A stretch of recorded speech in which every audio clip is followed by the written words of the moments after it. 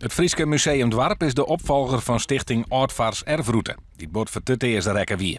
Het authentieke Terpdwarp in de Zuidwesthoeken had een belangrijke functie voor het toerisme en om het cultureel erfgoed te tonen en te bewaren. Maar als er geen structurele stiepe komt, dan zal het Frieske Museum Dwarp de dwarren sluiten moeten. Het is niet een luchtmuseum, onze collectie is binnen onze panden. Die moeten onderhoud is er nodig. Dat is al heel lang net wist. En dat is al een keer zo van belang, of is het er straks net meer. Zo'n december 2016 is er een nieuwe leiding en is het roer omsmieten. Ze hier rekken op stiepen van de oerheden, zeker in het culturele haardstad hier. Maar ene is dat misgaan. Wat ik net zei, de gemeente, de provincie, ze staan achter de plan. Ze vinden het goed. Het duurt alleen nog heel lang. Wij willen beschermen, we willen bewaken, we willen het uitdragen, we willen het opbouwen.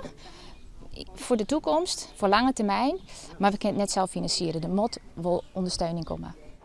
Van hen is de zaak nog net. Nee, de neto-oproep van het Museum Dwarp wie er van de morgen al een ondernemer met belangstelling.